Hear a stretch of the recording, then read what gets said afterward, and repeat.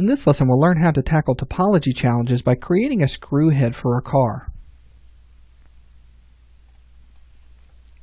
Alright, so in the last lesson we had created the wheel, and now we need to cover up this hole that we have in our hubcap, I guess, with a screw. So to get started with this, there's a couple of challenges that we have.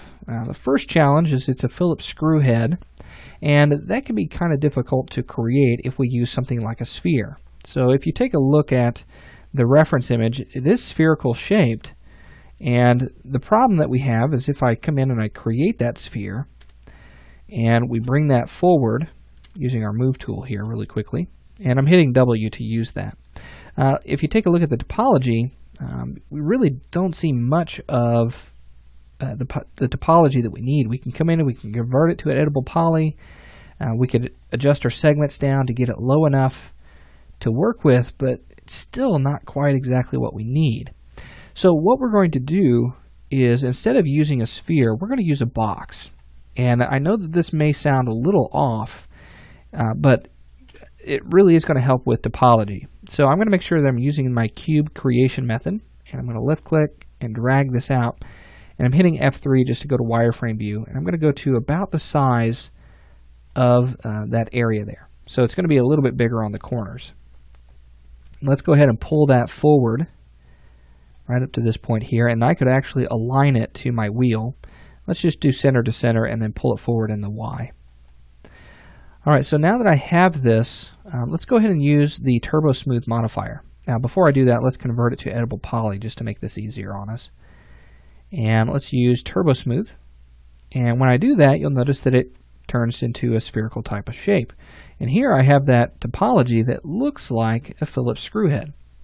I can adjust my iterations and add even more segments to this, and I'm going to go up to 3, and I'm going to hit OK on this. Okay, so I'm going to right click and I'm going to convert this to editable poly, and then I'm going to go to my top view and go to vertex mode, and let's hit F3, and I'm going to get rid of all of the vertices across the back side here. So here's the center line. I'm going to make sure that that is not selected, and only everything on the other side of that is. So I'm going to delete that, and then let's pull that forward and get that into place.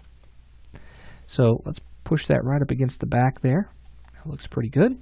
And now what we can do is we can go to polygon mode, and I can select the polygons that I need to create that shape. So I'm going to make sure I go down far enough here. And let's go down to right here. So you should have 3 polygons out from the center, okay, on each side. So there we have that. Okay, so now what I'm going to do is I'm going to go ahead and extrude this, okay, and we're going to extrude this in a negative direction, and I'm only going to extrude it just a little bit. Let's say like negative 0.2, and I'm going to hit the plus sign on this. Now what this is going to do is it's going to create this extrusion and then add another one on top of it. Okay, and it looks like I did one too many there.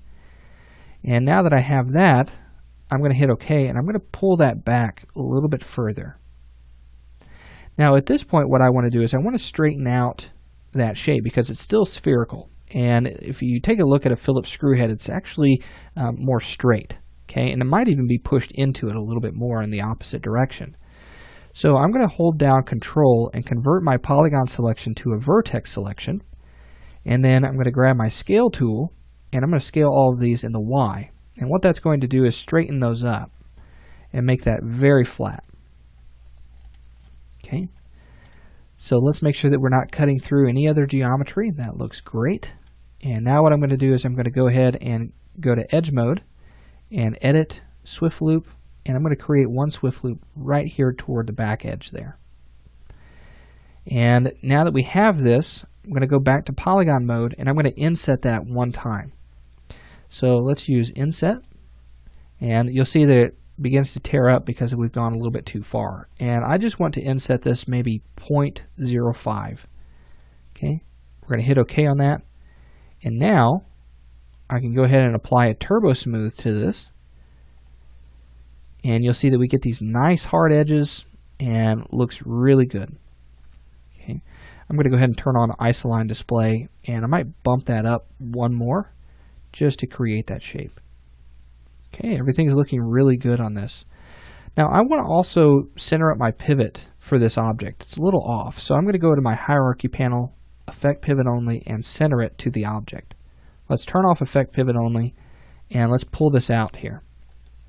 Now at this point I want to create the backside because there might be an instance where we need this to have some geometry across the backside.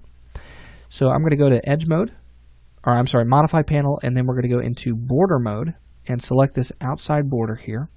And I'm going to grab my Scale tool and hold Shift. And I'm going to scale this along the Z and X. And this is going to create a set of segments right here along the back side of that. Okay. Let's turn on Show End Result so we can see that smooth result there. And let me go ahead and scale that back out just a little bit. And then I'm going to hold Shift and scale that in again. And then we're going to extrude it out. Okay.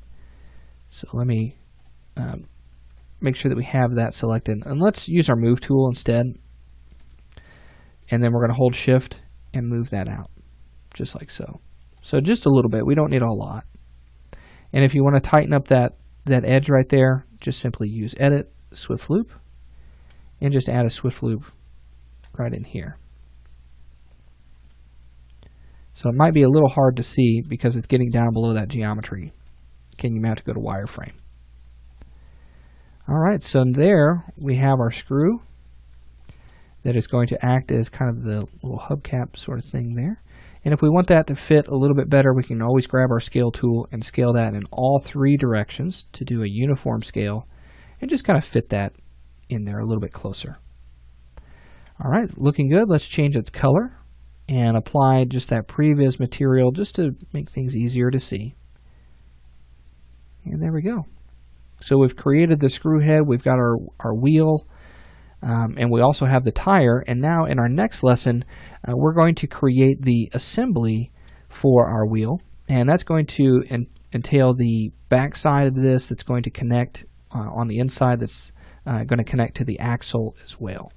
Okay, so we'll get started with that next.